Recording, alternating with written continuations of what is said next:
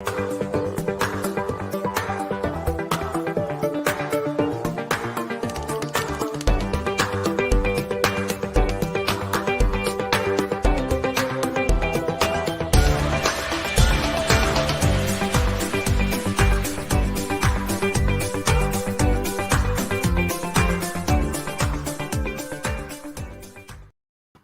everyone, happy Tuesday. Now, welcome to the BTC update.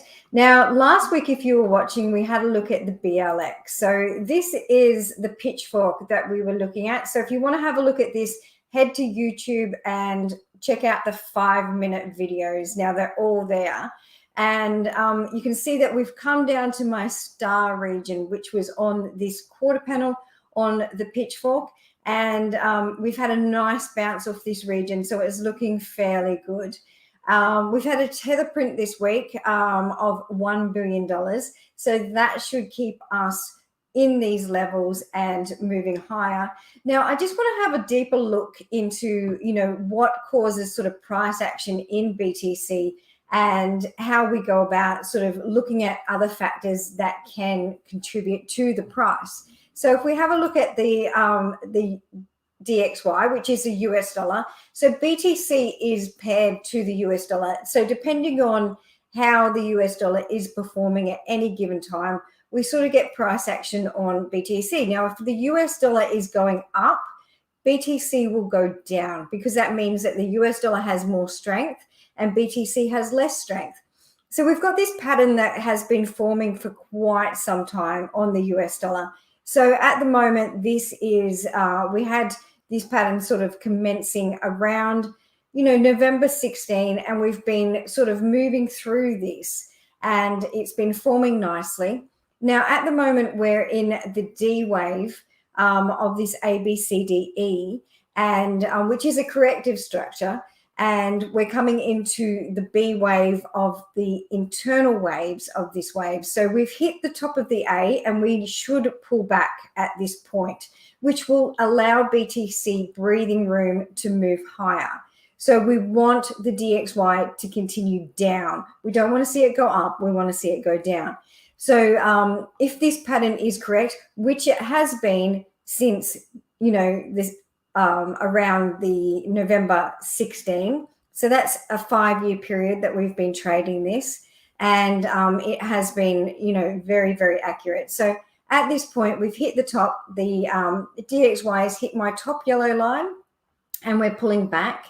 So we should pull back on the DXY to around sort of the 90-ish mark in this region, which creates that bounce on BTC. So we have a look at BTC. So I've got block orders in this range. So this is a different way of trading price action. So I predominantly trade Elliott Wave with support and resistance. Now, support and resistance are done with diagonals a lot of the time, but they can be done with horizontal lines. So, and that creates what we call those price blocks. So we've got these supports here, and you can see that we come right through to this region. So this is a 4-hour chart. So tomorrow when I do trading tips and tricks, I'm going to have a look at time frames because I've had many people asking about that on YouTube.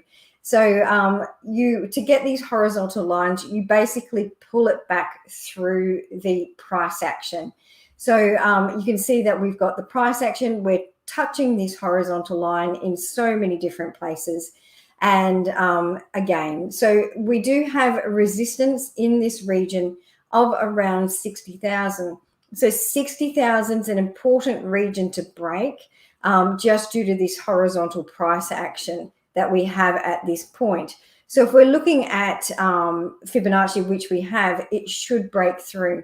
So our next diagonal resistance in this region, if we're looking at it, we could put a diagonal resistance at this point.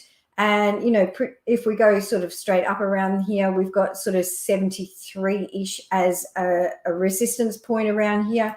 And then looking at this region from a lower diagonal, we have that 78.80 region higher up. So if you were looking at price action, you would have your stop loss below this region and you would be in along and laddering in and continuing up. So that's kind of what we're looking at. So how this kind of looks now is we could see one more wave down. I don't think we will. We should knock on that door, try to break through, and then continue up. So we should see 72 in the not so distant future, and then heading up to that 78 to 80 sort of price range in this region here. So that should be our continuation up in this region. So that's kind of the outlook that I have for BTC right now. I don't see us breaking down.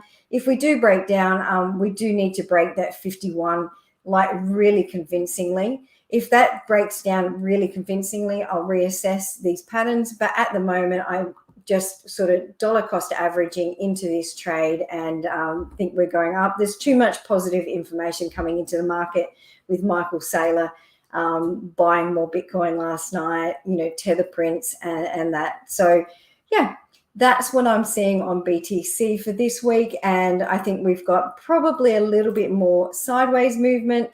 Make sure you check out last week's BTC if you want to have a look at that pitchfork and how it was drawn. But yeah, it's looking really good for BTC. Thank you for watching, and I'll catch you all again tomorrow. Bye.